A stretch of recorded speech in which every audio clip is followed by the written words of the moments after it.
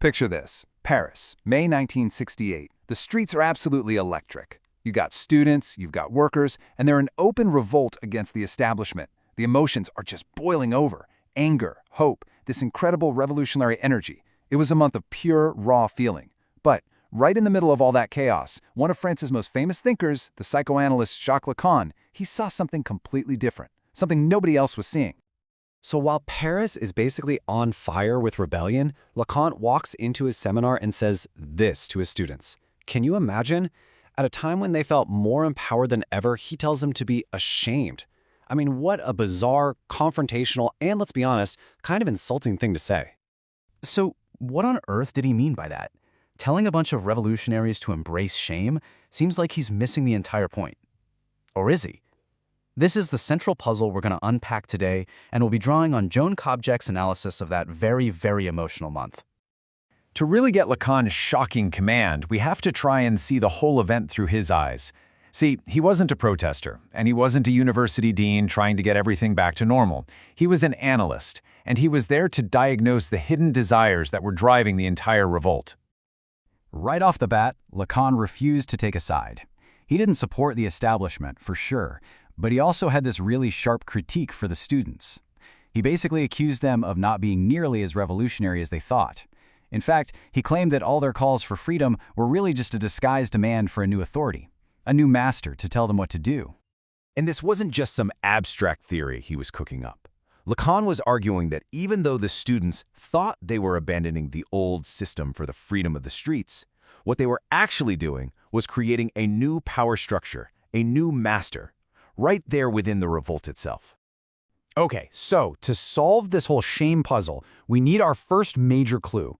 And it comes down to a really crucial distinction Lacan made between two words we tend to use all the time as if they're the same, emotion and affect. For him, they are worlds apart. Let's break this down. An emotion is something you're conscious of. You can name it. I am angry at the police. See? It has a clear target. But an affect, whoa, that's way more primitive. It's that raw, precognitive jolt of feeling, that surge of pure energy that hits you before your brain even has a chance to label it or figure out where it came from. So according to this theory, affect is always out of phase with your thoughts. First, that raw feeling just appears out of nowhere. Then your conscious mind scrambles to catch up, trying to find a reason for it, and eventually it latches on to the most convenient explanation nearby. The students felt this incredibly powerful surge, and their minds just concluded, aha, this must be revolutionary anger. But Lacan believed they totally misidentified the source. Now, for this intense, raw state of feeling, Lacan had a very specific and very famous term, jouissance. It's a French word, and it points to this overwhelming experience of enjoyment, one that's so intense it can actually feel like pain. It's that pure, raw discharge of feeling that just escapes any simple label you try to put on it.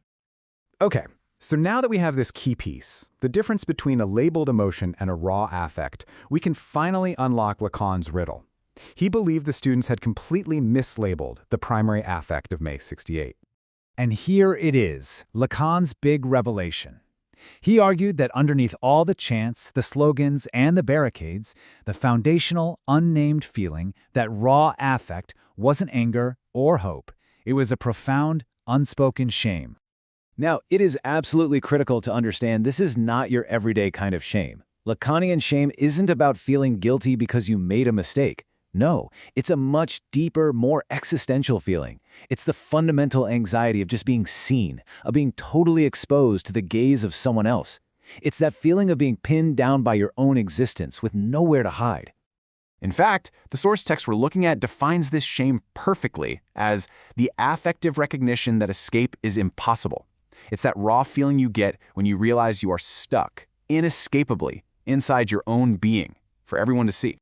And there's this powerful quote from the text that really captures how weirdly paradoxical this is. Guilt makes us want to run and hide from what we did. But this fundamental shame, it does the exact opposite. It forces us into our own being, revealing us in our most raw, exposed state. It's the feeling of being intensely and pretty uncomfortably alive. Okay, so that's a fascinating theory about 1968. But what does any of it have to do with us today? Well, here's where it gets really interesting. The source text makes this powerful argument that this Lacanian idea of shame is actually more relevant now than ever before, all thanks to something it calls the alethiosphere. So the alethiosphere is a term for our digital world. It describes the reality we live in where, thanks to technology, social media, and surveillance, there's this illusion of total transparency. It's a world where it feels like nothing can really be hidden, where privacy seems like some ancient, forgotten concept. This alethiosphere is described as a disenchanted space, a place without any real secrets. Our technology gives us these almost godlike powers of observation, turning us into what Freud once called a prosthetic god. And in turn, we become terminal subjects, always logged on, constantly performing our lives for a digital audience. The source text really frames this alethiospheres as a new kind of high-tech myth that we're all living inside, a world where every corner can supposedly be lit up and every single secret can be brought into the light. And this is where it all connects. If Lacanian shame is that fundamental feeling of being exposed, and we now live in an alethiosphere that's defined by constant exposure, well then this specific kind of shame is no longer some rare event. It has become the constant background hum of modern life. So this leaves us with a truly provocative question for our time. In our world is social media performance, constant surveillance, and all this pressure for radical transparency. Have we actually created a society where this fundamental state of exposure is now permanent? And if we have we entered a permanent state of shame? And just maybe, we've gotten so used to it that we've learned to call it something else.